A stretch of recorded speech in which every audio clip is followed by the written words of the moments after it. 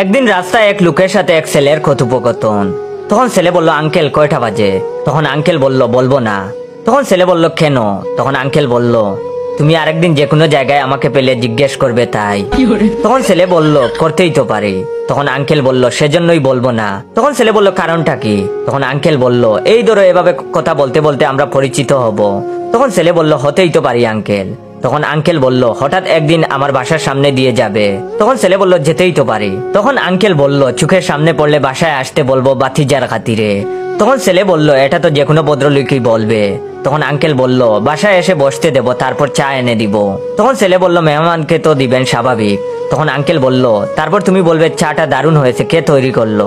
তখন ছেলে বলল, ভালো হলে তো বলতেই পারি। তখন আঙ্কেল বলল, আমি বলবো আমার মেয়ে। তারপর বলবে, দেখি আপনার মেয়েকে এত ভালো চা বানায়। তখন ছেলে বলল, তাকে একটা ধন্যবাদ তো জানাতেই পারি। তখন আঙ্কেল বলল, ধন্যবাদ জানালে হাই হ্যালো এসব হবে, কিছু কথাবার্তা হবে। তখন ছেলে বলল, হতেই তো পারে। আঙ্কেল তখন বলল, তারপর মাঝে মাঝে আমার বাসায় আসতে থাকবে। তখন ছেলে বলল, আসলে তো সমস্যা হবে না। তখন আঙ্কেল বলল, এক সময় ভালো বন্ধু হবে। তখন ছেলে বলল, হতেই তো পারি বন্ধু। তখন আঙ্কেল বলল, তোমার মিষ্টি কথায় আমার মেয়ে প্রেমে পড়তে পারে। তখন ছেলে বলল, কি যে বলেন আঙ্কেল, লজ্জা লাগে। তখন আঙ্কেল বলল, এক সময় বিয়ের জন্য প্রস্তুত হবে। তখন ছেলে বলল, প্রেম করলে তো বিয়ে করব স্বাভাবিক। তখন আঙ্কেল বলল, আমার কাছে চাইতে আসবে। ছেলে তখন বলল, গুরুজন ছাড়া কি হয়, অবশ্যই দোয়া চাইতে আসবো।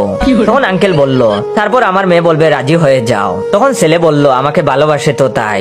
তখন আঙ্কেল বলল, চুপ থাক, আমি এমন ছেলের কাছে আমার মেয়ে বিয়ে দিব না যে একটা গড়ি কিনতে পারে না।